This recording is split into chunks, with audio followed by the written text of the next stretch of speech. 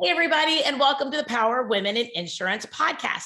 Today, we are talking to two powerhouse women about women in the insurance space. There have been a lot of talks about whether or not men are different from women, if women are different from women. And the conversation today is going to be centered around just how women operate differently, maybe we think differently, and maybe even how we operate and think the same as other people. So today, we're talking to Vonda Copeland and Aurora Mullett. And I'm super excited. We actually started this conversation in Tampa. And it was really funny because my husband was like, that would be a great podcast. So we decided to just jump in there. So ladies, thank you so much for taking the time to join me so we can have this really important conversation. I appreciate y'all very much. Thank you. So it was a good start down there. It was. So Vonda, so good that we were late to our next meeting. We were, and it was a really good meeting too. And I hated to be late to it, but it was such a good conversation. So ladies, tell me a little bit about what y'all see as in the insurance industry that's going on. I feel like there is kind of a movement towards more women in the insurance industry. There's a movement towards women of influence and of leadership in the industry, which I'm very excited about. But I also think there's some pitfalls in that conversation as well. So I'm going to let you guys kind of start us off. Tell us a little bit about your insurance experience. Maybe as you come up through the ranks, you both have been in insurance for a long time and had different experiences in the insurance industry. So let's go ahead and start real quick with Vonda, just because you're up top right next to me. Tell me a little bit about your experience, because I know you do run your agency as a woman agency owner, and you've had a little bit different experience probably from what I've had. So tell me a little bit about your experience. Well, and you know, the caveat here is I run the agency as an agency owner in partnership with my husband. So we have the male, female complicated roles from the get-go. And when I looked at that, the podcast title, are women different from men? Are there different challenges? And I think I feel differently depending on the day, because yes, there's differences, but then there's times when I feel like there's not differences. And I think that's the difficulty, because you have to try to figure out how you're going to handle it in the moment. But I do think that it's long been a male dominated industry, and it still is. If you talk to, if you spend some time talking to Donna Levine when she first came in, when you talk to her, we've got it easy compared to some of the people that started before us. I mean, I've been in it 20 years, but not at the level that I'm in it now. But it was much more of a challenge before, but it's still a challenge in a lot of areas. There's a lot more women. I think social media has helped the women in this industry, because you can connect with other women and you don't feel like you're in such a male dominated industry, because you have that connection, maybe not locally, maybe not even, in your same town or whatever, but you can connect with somebody so easily from a different area that we're not isolated like we used True. to. So I in that way, I think we've got it so much easier than our counterparts that did this 10, 20, 30 years before us. They were pioneers. My aunt was in insurance in the 50s and 60s. And she was one of my idols. I just thought she was the most elegant, because I came from farm background. I mean, we didn't my mom wore lipstick, to the elevator when she drove the truck, but that was it. My aunt was just very, we weren't around a lot of business people. And I think that for her, it was a lot more difficult than now. I still struggle. Our sales force is predominantly male, and they definitely listen to Jay faster than they listen to me.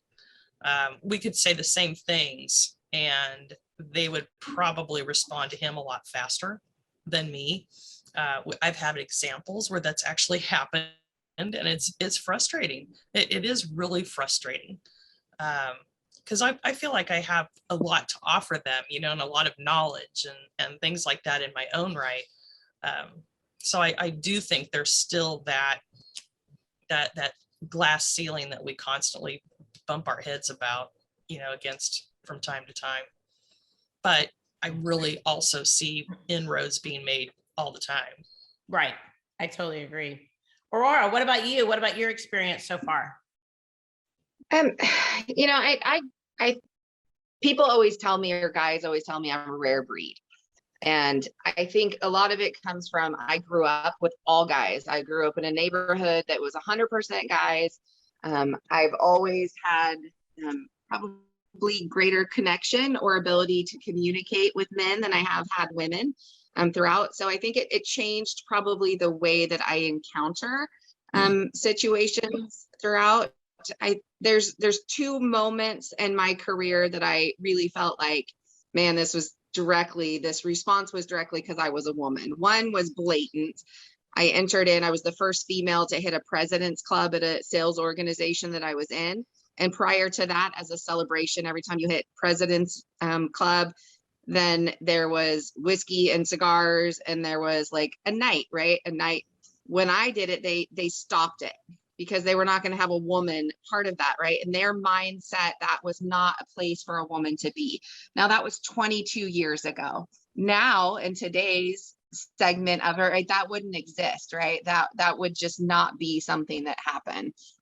And the only other time that I ever really felt it as just a woman was I wanted to promote to a sales management role at Nationwide. And the gentleman that spoke to me about it said, the fact that you're a single mother and you have several children, I don't feel that you are equipped to deal with the level of responsibility that is needed for this role. And that was probably the biggest driver. If that man hadn't said that to me, then I wouldn't have left that organization. I wouldn't own my own agency right now, right? So there's any time that this has happened to me, I've taken it as, okay, now I have another viewpoint from a male, or I know where their mindset is. And now I have to be able to figure out how to counteract that, right? That's just the bob and weave that I feel that you have to do here. But that's also with women. I feel that there's probably, I've suffered greater bias from women than I ever have from men in this industry, because women as themselves, we've been raised to have this narrative that women must be soft, women must be quiet, women must wait to speak, women must care what others think about what they say or what they dress. And I've never had that in me to care what others' viewpoints are of me. So in that place, I don't fall into the typical soft, quiet female role. So that bias has come a lot more, and I've had more hate from women than I ever have had from men in this industry.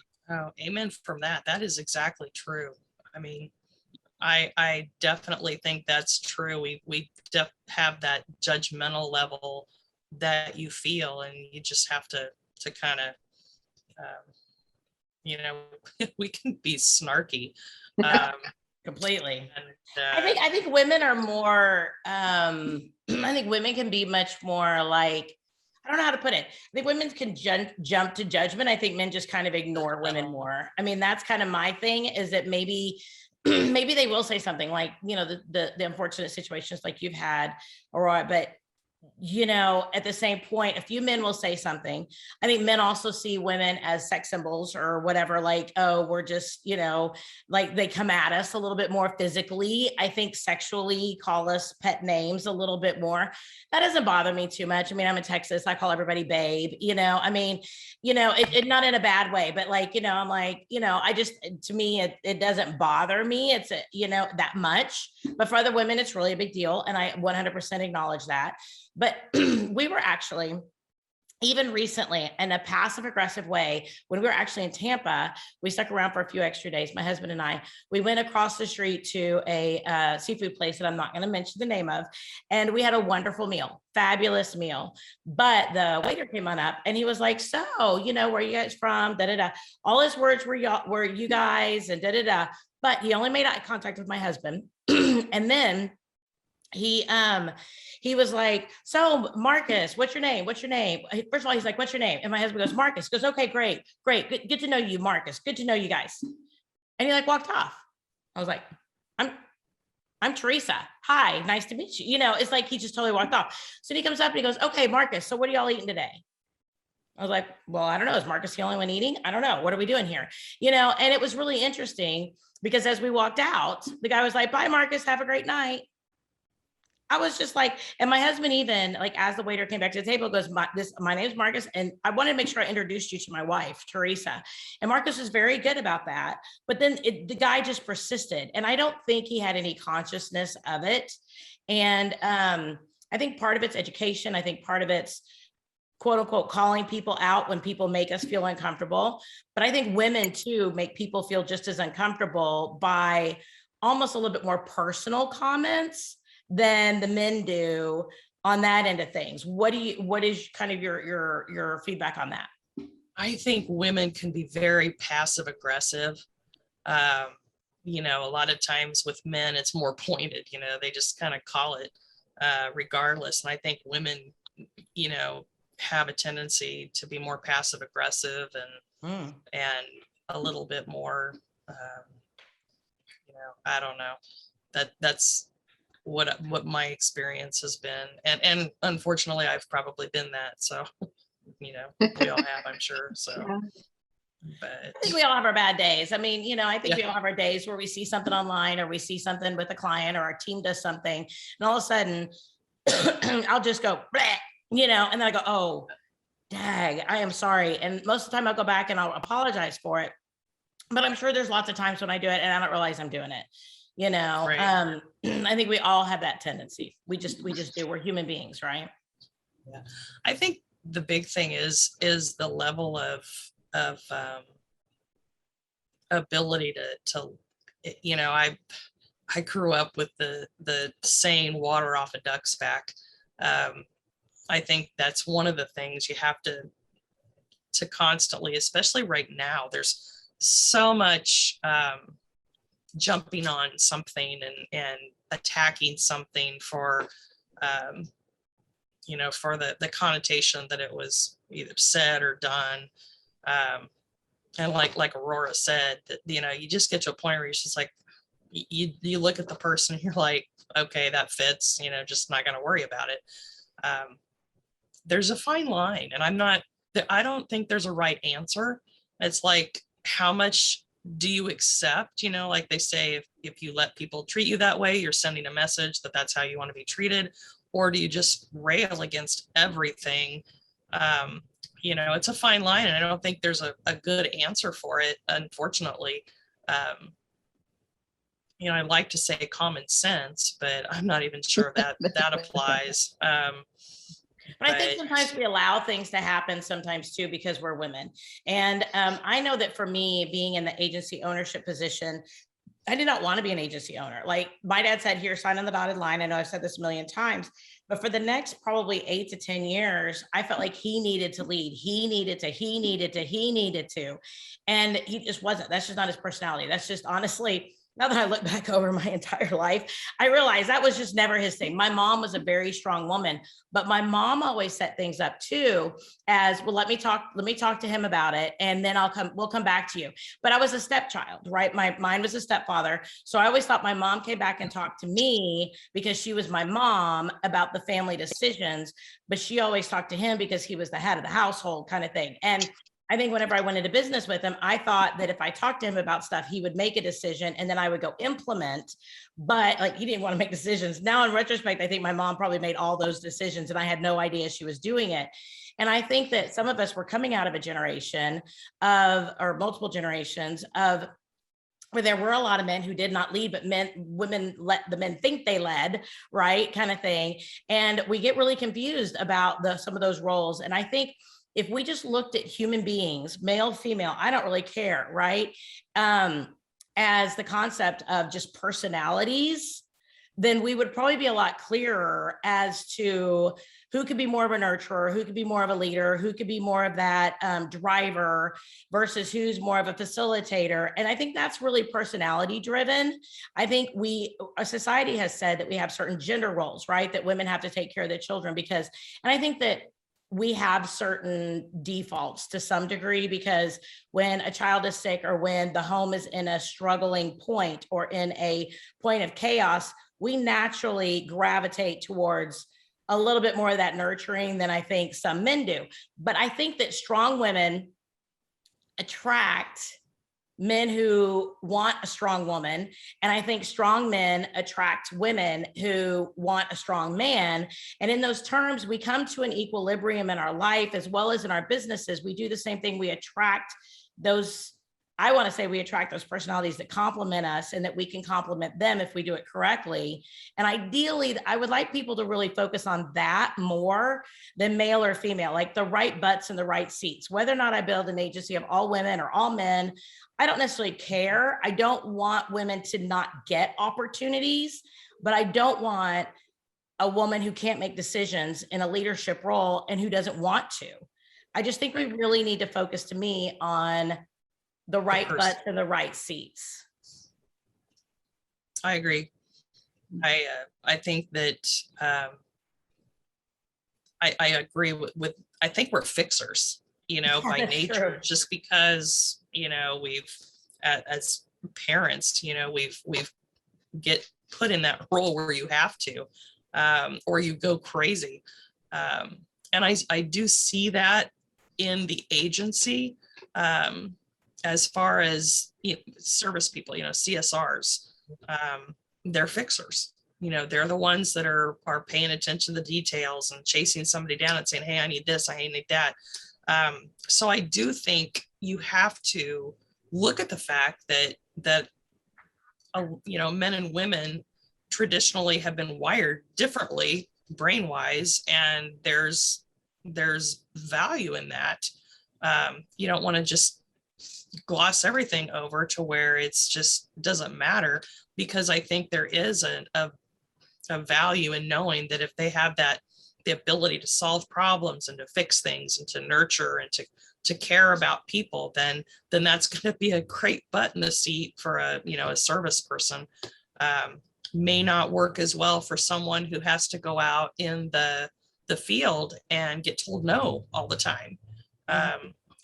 That's one weakness I feel even in our agency, is we need more female salespeople, in my head, just to balance it out. We have a couple of them and they're great, but I'd like 10 more that can go out but their approach is different. I'd laugh. I had one agent, I really, really tried to get her to sign up for the protege. Okay. And because I would love to see more women in that. But just the whole thing, killing commercial and she watched some of the YouTube videos and things like that. She's like, I just don't think I'm comfortable with that. And I'm like, really? I really think you would be, but they see it as, I think, a harsher connotation than it really is. But man, I'm going to work on her again for next year too. So, because we need to be represented there as well. And that is a purposeful thought, to just have some balance there that's not there now. Yeah. And they know that. He knows that. He encourages it to Laura? try to get some more females to go. So Yeah. What do you think about, why is there not more women in a sales role? I mean, I think it's a little bit more of a cut. I hate to use the word cutthroat, but you're right. No. What can we do to encourage women in more of a sales role than just ownership or CSRs or whatever? What I've noticed is I think, like Vonda said, it's the no portion of it, right? We've been taught not to push. We've been taught to help. We've been taught to support. Yep. But I see it, and a lot of the females that I managed, because I had a very equal team. I had a very diverse team throughout my years of sales management, and the women would always go, okay, or they'd say, is this a good time for you? Right. There was always a more supportive role that went into it, whereas the men were just like, this is what I have for you and this is what I need. It's a very direct, almost like a laid out plan of steps, where women felt like they had to massage the situation in sales. And I think that until women realize that they can have the same strong voice, and no is not, like no is okay to hear, right? We tell men all the time, no means no, right? And then they go, oh, no means, Yeah.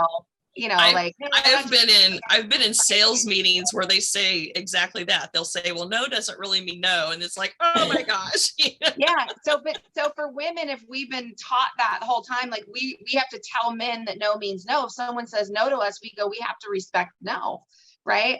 But it's being able to flip your mindset between knowing when no is appropriate and no is a block to sales. And I think that's the biggest thing that we have to overcome as women, is to be okay, that it's okay to be aggressive when the situation calls for it. And there's just that mental block. And I still have a few females in my organization. I mean, I look at Teresa, when you wanted to do a podcast with my CSR, right?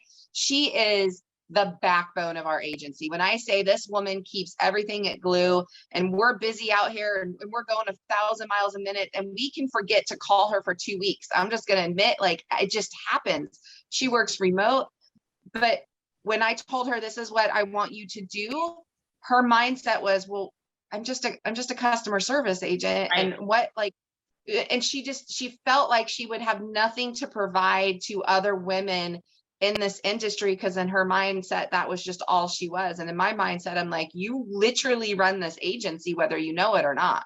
And Like, that's you what I make hear sure all nothing the falls time. through the cracks. Yep. And that's what I hear all the time is, well, if you can convince her to be on there, or, if you can, get her to talk, because she's very shy. And I'm like, this girl's running your organization almost from the back end, because you're bringing in the business. She's talking to clients, she's doing renewals, she's popping, but we don't give ourselves credit for what we do. And I almost think that there's so much fear, and I almost wonder, I don't hear men as fearful about putting themselves out there as women are. Do you think it's a generational or cultural thing that men are taught that they need to put themselves out there more? I don't know. I'm still trying to dig into that, because when we talk about the killing commercial stuff, I would love to go in that direction, but I always think, oh, I'm not ready for it yet. I'm not there yet. And I got to say, for me, it's also a fear of not being good enough and not being able to perform in that space. And it's whenever I do things, it's about fear. What do you guys feel with that? Because that's what I hear you say, Aurora, is it's a fear that I'm not good enough, that I don't have enough to bring to the table. And if I do, I'll be a failure, because maybe what I have isn't enough. Like, we make ourselves smaller, right? I just do this. See, I look at that killing commercial, and my brain and my type A personality goes, if I bring that type of skill set into even to myself, then I'm going to be way more busy, and I'm going to now have to find people that are going to be able to complement and sustain the business. Right. For me, it's anytime I move into that next level, I go, well, now I have to perform on it. And do I want to be that heavy in something? I like that. His situation doesn't intimidate me. The knowledge, and now I'm going to have to forge forward, because I'm going to have no excuse not to forge forward. I love that, though. And I think that's the right attitude towards it. I really do. It shouldn't be an attitude of fear. It should be, I don't have time. And do I want that? Do I want to have to hire more people to be able to deal with a total different set of needs that my agency may have? And I love that. That is so healthy, Aurora. I love that. It just, for me, I know my mindset is completely different, but I love that yours, I mean, I do have that too, because I'm like, we're not commercial enough that we don't have like a commercial CSR to be able to really be that person. So there is that feature of it. But then I think, well, if the premium's so much better, then I can hire them, I mean, but at the same point, I totally get your point. And I wish that was my first response. I've done the work. So that's what I know my response should be.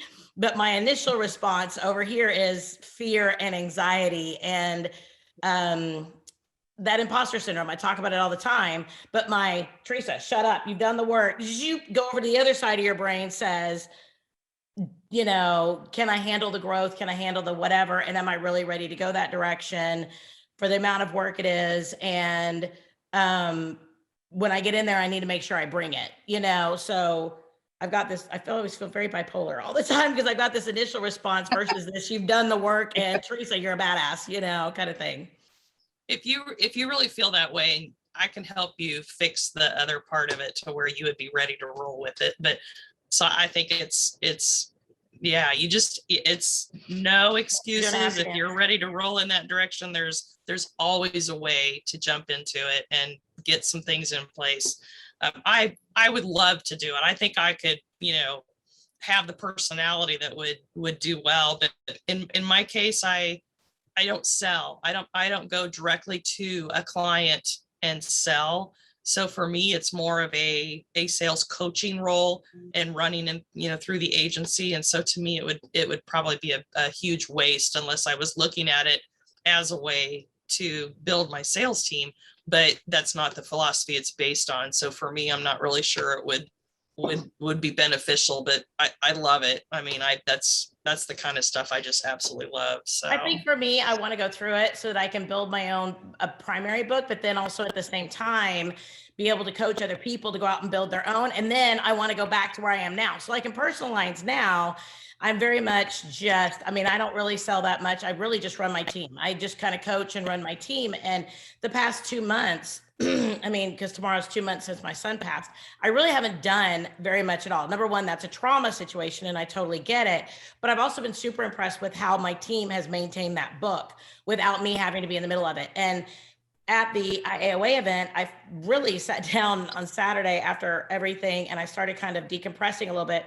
And I talked to some of my people and I just said, I feel like I'm such a imposter because we're talking about this agency thing. And yet I've not even done much in my agency. I've been like at 25%, less than that probably for 2 months. And I'm not really doing like da-da-da-da-da. And they're like, but no, that's the point, is that we don't need to be the main person in our agency. And if we can step back. So I think for me to get back into sales more is the concept of the requirement of being in the middle of the sales. But then also on the other end, I still want to make sure I coach my team. And ultimately, that's not where I want to be. I want to be at the point where I coach my team and I have that freedom. So I'm just trying to kind of figure out what that really looks like. But again, I want to make sure that fear does not turn into excuses and keep me from doing the things that will push my agency forward. Because I tend to let fear paralyze me. And I know that I'm very aware of that. And I wonder too, if it's the difference between being a female agency owner and if you were a male agency owner, would your decision be different? To me, I see a male agency owner and I see they would jump in that situation and just worry about having people underneath them just to take care of everything else. Whereas I think we tend to look at it as, oh my gosh, I've got to do this. I got to do this. I got to handle this. I got to handle this. I can't do that. I think we process things so in such a deep level that it blocks us from just whatever, we're just going to do it and somebody will take care of it later. And I see that even in the differences between Jay and I. He is like our acquisition king and he will go in and he's probably working on 3 of them, today, and maybe none of them will come to fruition, but I don't get brought into it until the very end when he's actually negotiating. He says, how do you think this would work? And, what could we do? And how could we shift people around? And would we need this much staff, that kind of thing? And that's when, I have input because I'm, basically then he'll make the deal and it's like, here, make it work. It's like, and he's gone on to the next one, or he'll work with the sales team or whatever. But as far as actually making it come together, that's my baby for the next year. And so he doesn't worry about how it's gonna, you'll figure it out. Don't worry about it. And it's like, oh my gosh, this is hard to put this together and make this work. But they just jump in, he's just wired differently. Do you see that men just jump in easier than women do? I think so. Oh yeah. I mean, I'd say, having Eric as a best friend, right? He's amazing. Oh my gosh, I love him. Right?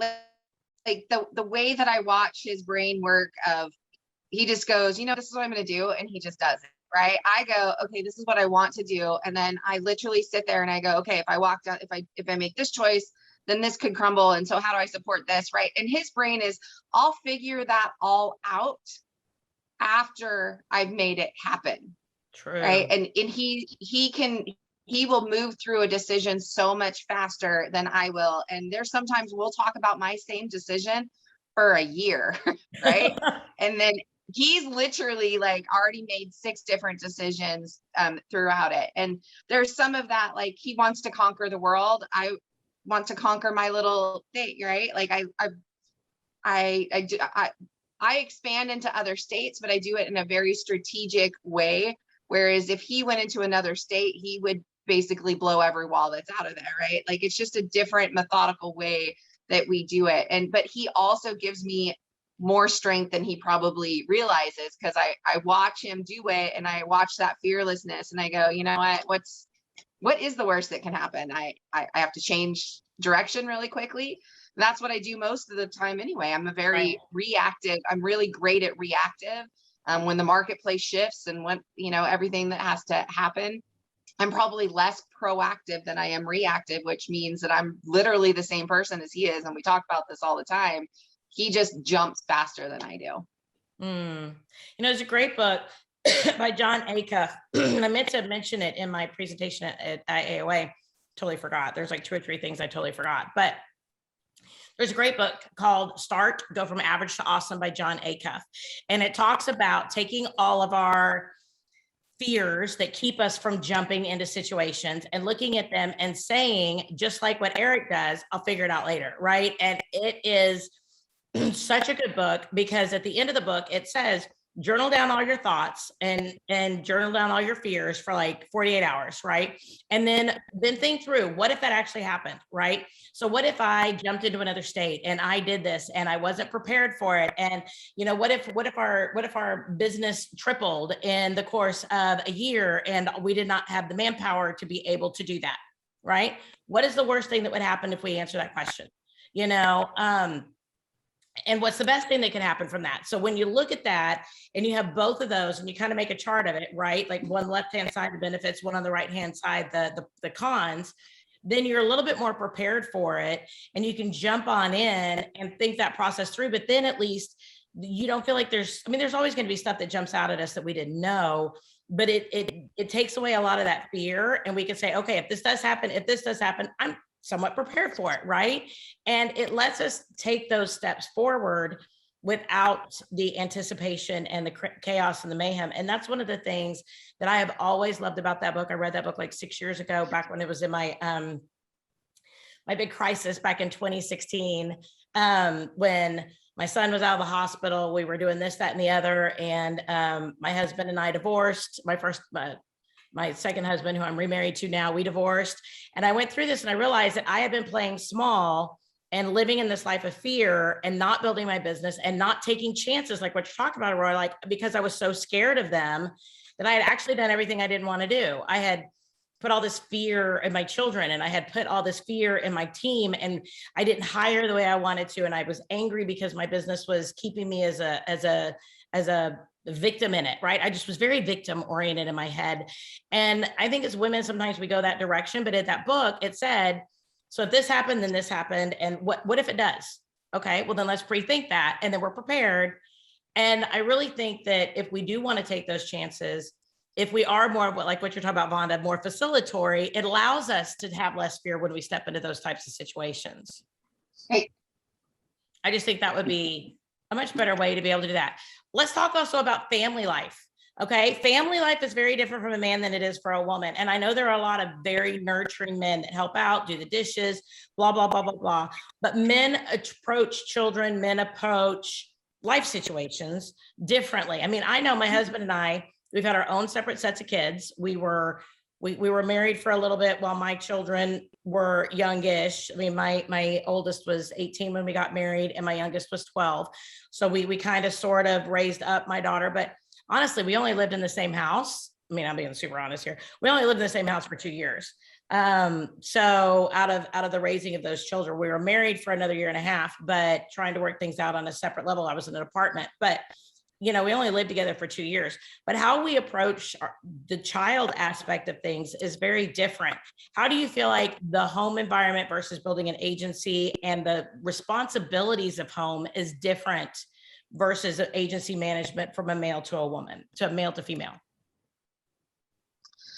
Well, I was a single mom. So I think that I watched that dynamic between my friends that were in the insurance industry that had a wife at home that was doing the dishes and was doing the laundry and was doing all those things, that when I got home, I had just done all of this and now I needed to take care of the household. And so it left very little time to be a parent to them. Now, I know watching my girls now, right? I raised girls. I also raised my sisters, or helped raise my sister's kids when she passed of cancer.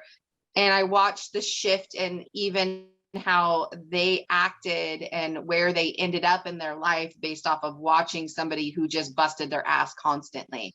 Like, as much as they resented it, they also knew that I was working very hard. And so there was moments where my kids would be like, it's kind of embarrassing because my friends come over and the dishes aren't done. Right. In my head, I'm like, but you can do the dishes, right? Like, but I didn't learn to foster that same environment. Me, I'd be like, it's proof that you ate. So let's just call it a win. Right.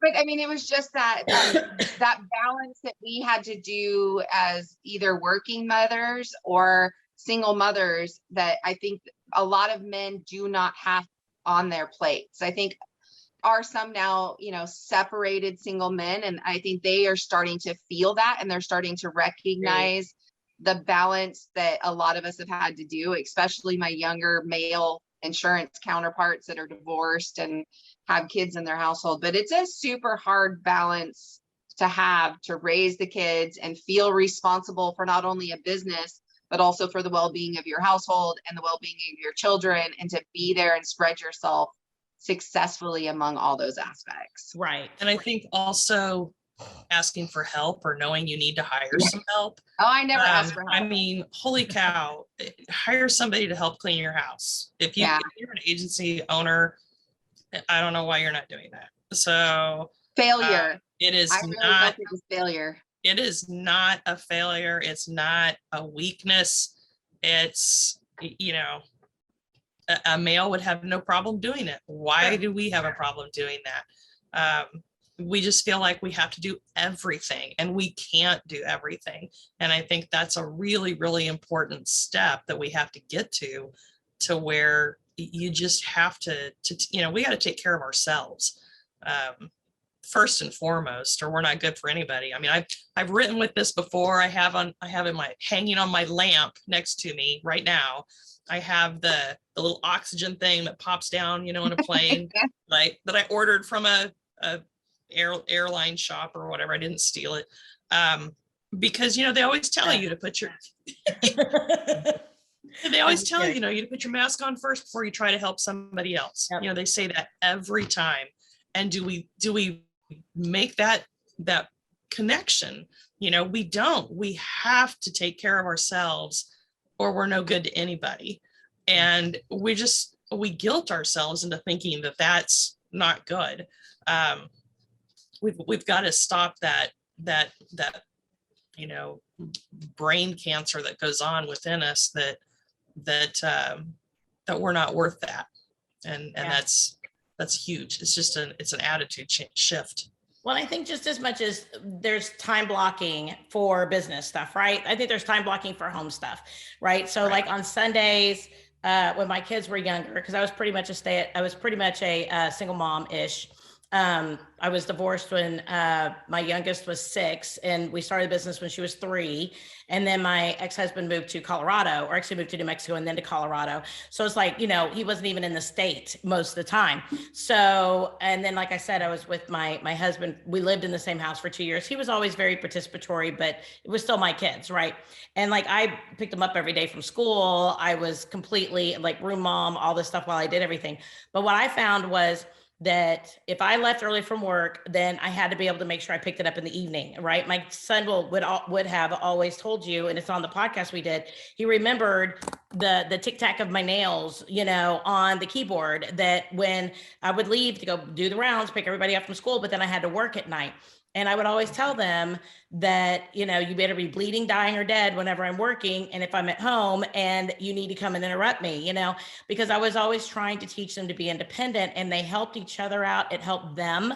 I think being a mom and being a business owner and just being a woman in the industry has helped me to segregate out the fact that I can focus really deep because there's chaos all around me. I can still focus really deep. And then the other side of that is that I can, on Sunday, I can meal prep because I don't want my kids eating lean cuisines all week, right? Or I don't want them, you know, pulling out the ramen noodles at 7 o'clock because they're hungry and they haven't eaten yet, you know? So when we plan ahead and we plan our week, we can do things like the meal prep before us, where I just take it out and I defrost it. My kids used to always say the only day of the week that I would cook would be Sunday, because every other day of the week I would assemble. I was like, but I cooked it all on Sunday. I just assembled it the rest of the week. So it was my way to make sure that we didn't just go, oh, I'm tired, let's order a pizza, you know, because that was a primary thing that I found I was doing way too much, because I felt like I needed to do it. But then I would feel like a failure. And like Aurora was saying, I would just heap all that on top of myself, that guilt that the dishes weren't done or I wasn't feeding my kids good food. But then I had all this other stuff I needed to do. And I think we need to look at home. I hate to use this word, but as a business to some degree, because there's 25 to 30% of that if we manage it correctly, we can do a lot more. But part of that's delegation, like what you're talking about a maid. It's about having somebody come in and put stuff up in my attic. If I get all my Christmas stuff down, I can go on Thumbtack and be able to have somebody put it up, right? I mean, I have my husband now, but at the same point, sometimes he has back issues. So we've hired somebody on Thumbtack just to put all our stuff up after the holidays. It's okay to do that. It's fine. Yes. You know, a guy would do it any day of the week. Wouldn't even be a question. You know, but I think what we need to do is look at ourselves as a holistic being, not that we're a failure, not that we're less, not that we need something, and maybe take more chances and move forward, I think, and really get out there and rock it and be the person who is the right person in the right seat for what it is we're looking for. Well, I kind of wanted to broach this a little bit. It's kind of a sensitive topic, but, social media, it can be very personal or very impersonal, however you look at it. But, and again, I don't know if that there's a right or wrong, but I don't think that it really serves a purpose to male bash, if you're a female in but at the same time, sometimes there's differences that there was an injustice and we have to deal with that. But there's, just like we fight with balance everywhere else, there's got to be some balance in, if somebody wronged you in an individual situation, that's one thing, but just to generalize a population, we don't want to do that any more than we want them to generalize us. And that's what makes it so hard, because you can't generalize, and yet we do. I mean, I have today, because it's maybe 90% true in the population or whatever, but I think it's a real fine line on social media that we are putting out there for the younger people coming up, or people that are newer agency owners, or people that are making, just trying to swim through life. We are, I don't want to use the word role model, because that just makes that sounds like an arrogant term, but we're setting an example. That's a better way to put it. I think we all set examples for other people. And I just think that's something to right or wrong. I don't know what the right answer is or the wrong answer, but sometimes I see things and if it feels toxic, then it's probably not a good, thread to be continuing down. And I just think it just doesn't serve a purpose in most cases. Again, at the same time, you want to be supportive of someone who feels that they've been wronged, or they feel that they're not able to survive, you know, that they're, as a female, they're not surviving very well in a male dominated industry. But I know there's ways to survive in this industry as a female. And I hate to see the toxicity. I think that we need to find a way to balance that out a little bit. And I've seen it on social media. I've seen it in groups that I'm in. Well, we have a lot of women's groups, right? And yeah. I think that we should never build empowerment for each other through exclusion of others. I think that defeats the whole purpose. Yep. And I watch a lot of the narratives, and I watch a lot of the communication that happens. And I think that is the role that we have as women that have lived through so many generations of this and have still come out of it and in roles of leadership, that it is our job in a way to help mentor a lot of these women that are coming up in this empowerment generation, to say your narrative is such because you have been told these fallacies your entire life, that men look at you in this way and men devalue you in this way. And I cannot tell you how many men in this industry have taken the time and do not look at me as anything else other than somebody who's trying to grow. And they've taken the time to have conversations and say, hey, maybe if you looked at it in this way, then you would feel less like you were attacked at that moment. And 99% of the time, they were correct. I felt attacked because my narrative said, these people expect me to remain quiet. These people expect me to do this. And as I've shifted into, no, what they expect me to do is speak up when I need to speak up. They expect me to assert myself when I need to assert myself. One owner of a business, I said, you know, what should I have done differently, right? I was leaving the organization, and a lot of it, I left the organization because I felt that I wasn't being heard as a woman. And I wasn't being heard. It wasn't that I wasn't being heard as a woman. I wasn't being heard as an individual. And he said, have bigger balls.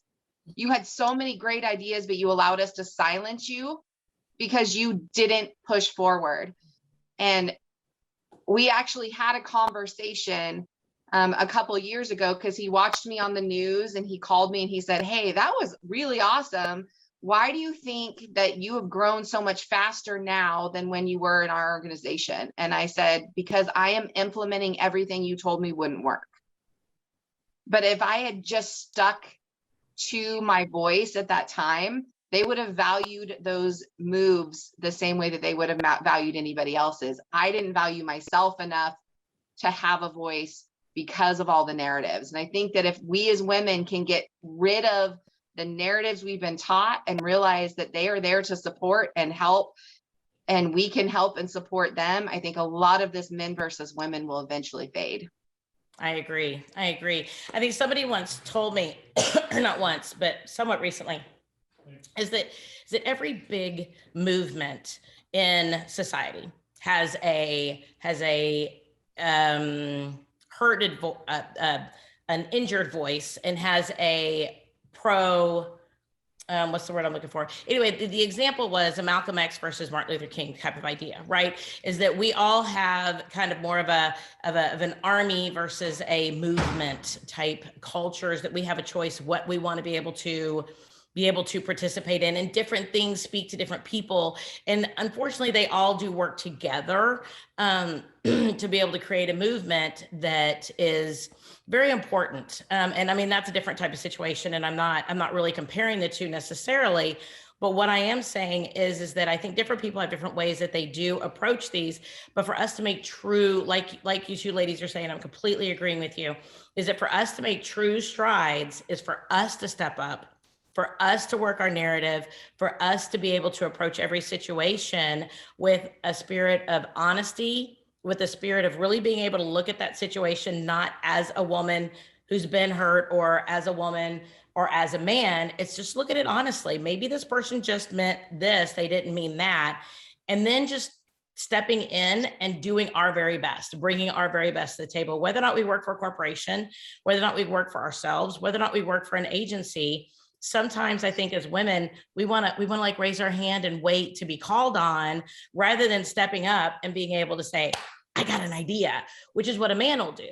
A man, not necessarily just men, there's a lot of women that do it too. Again, it's a personality thing, but we hide behind male versus female sometimes. Maybe we even hide behind, like Vonda saying, that social media message that women are smaller or women are whatever, right? Everybody has their own dialogue going on in their head. And I think it's really important for us to say, bottom line is, we need to bring our very best to the table, male and female, every single day, to be able to report our industry, to be able to support our people, to be able to support in a very real and honest way, rather than all the filters and all the stuff that's all over the internet, just period, just all over the place. I don't want a man with filters. I don't want a female with filters. I just want real.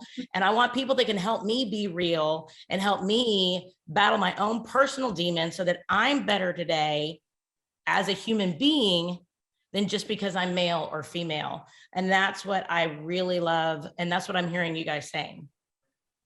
Amen. Yeah, no, it's good. I mean, good or bad. I mean, you have to sometimes check your own filters. Yeah, exactly. Coming in, for me, it's checking the filters of the information that's coming in. Going out, I mean, I am who I am at that. Completely unfiltered. Yeah. I don't know. I think her TikTok's pretty unfiltered, but that's one of the things I love about her. Well, ladies, you guys have been a blessing today. We are out of time. Thank you so much for this very honest and very candid conversation. I've loved every single minute of it. Again, we have Vonda Copeland, Aurora Mullett. And if you guys have any questions or want to reach out to them, please feel free to do so. They've both been on the podcast in the past. I know that we are under a little bit of a time crunch because it is 11:57, and I know a couple of us have a 12 o'clock appointment, but I do want to make sure that we let everybody know out there at the Power of Women in Insurance Communication, and with everything, that we fully support you, male, female. We're here to be able to help grow this industry, grow who you are, who we are, and for all of us to be better at the end of the day. If you know of another powerful woman who would love to be interviewed, or even maybe somebody who wants to step outside their box and empower other people through stepping outside their normal range of their box and be able to do something dynamic for the industry, I would love to have them on this podcast. So send me a message.